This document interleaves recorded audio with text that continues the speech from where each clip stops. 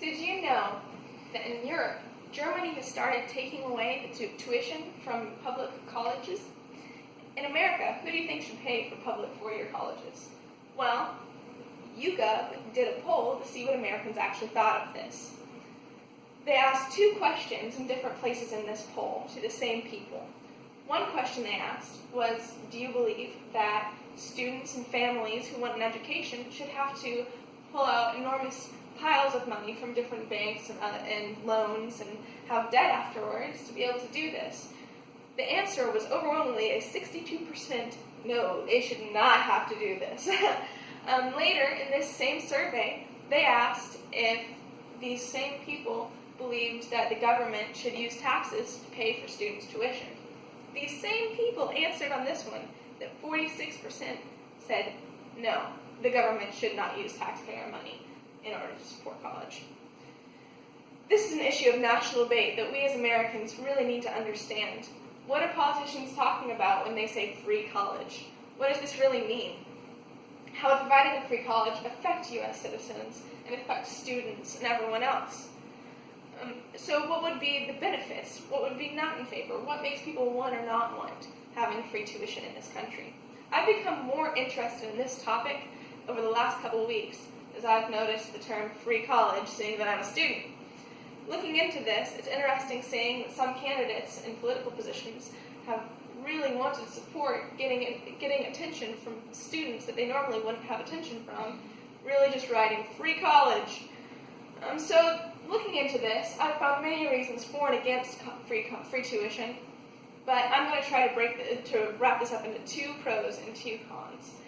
So some of the great reasons why free tuition would be a good thing is that it would free students from having an enormous debt on them while they're in school and after they graduate. Also, it's just generally better for people to be able to start out life with a good college education. The cons for this could be that it creates public obligation or a tax bill. Also, that it may have some unintended consequences that we haven't thought of yet or addressed.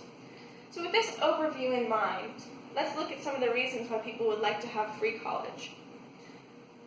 Individual students trying to get an education wouldn't have the thought of overwhelming debt interrupting their education. It would allow students to focus more on school rather than how to pay for their school and pay for everything. The Bureau of Labor Statistics reported that in 2012, 71% of students who had graduated from four-year colleges had student loan debt, while 66% of graduates from public colleges have an average debt of $25,000. As of February 2017, Americans owe nearly $1.3 trillion in student loan debt, spread across 44 million borrowers. And the class of 2016 graduates has an average of over 37,000 in student loan debt. Besides freeing this crushing weight of debt from students and graduates, this would give us all access to a better chance at real life. And this would give many people a chance at a needed education they might not normally have a chance for. A millennial college graduate with a bachelor makes about $17,000 more a year than the average student or the average graduate who's only graduated from high school. A college graduate will have a higher chances at a job as well when placed next to somebody who has not had a higher education. This is all shown by the Pew Research Center as well. Now that we've looked at a few of the attractive qualities of free tuition, let's look at some of the cons. Now, this would create a public obligation or bill in some way, which basically means that taxpayers would have to fork out some more money to pay for somebody else's college. According to the Clinton plan, as quoted in the Washington Post, that it would cost $350 billion in over 10 years. Then about half of that money would go on to take the lighter load of the cost of education for college students.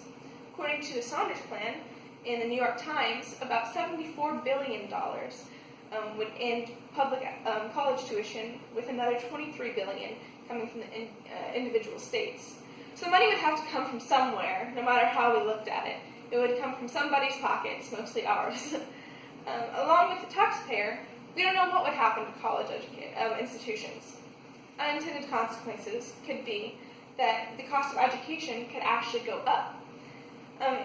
William Bennett, 30 years ago, was the Secretary of Education.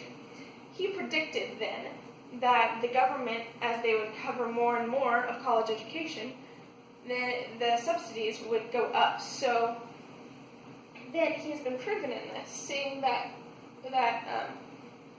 74% of the cost has risen since 1995. And then other than that, it could also dilute the quality of the education. If they don't fork up the money and don't get better pay, then the pay for the educators could go down. The pay for the resources could go down. The Hechinger report, a report talking about how this happened in Europe, said that they were unable to charge for tuition, which meant they were blocked from an important source of revenue. According to an article in the Daily Signal, when Louisiana attempted to use free tuition, when the influx of students hits, it strains universities' existing resources. In some states, now that we've gone over these, with the free student education having that be a positive thing with no debt, having the chance for a better college education, starting at a better life, and then the downsides of having the more higher taxes or having unintended consequences, we can look at Germany and Louisiana as examples of how we can go ahead and learn what we can do and what we shouldn't do. Thanks.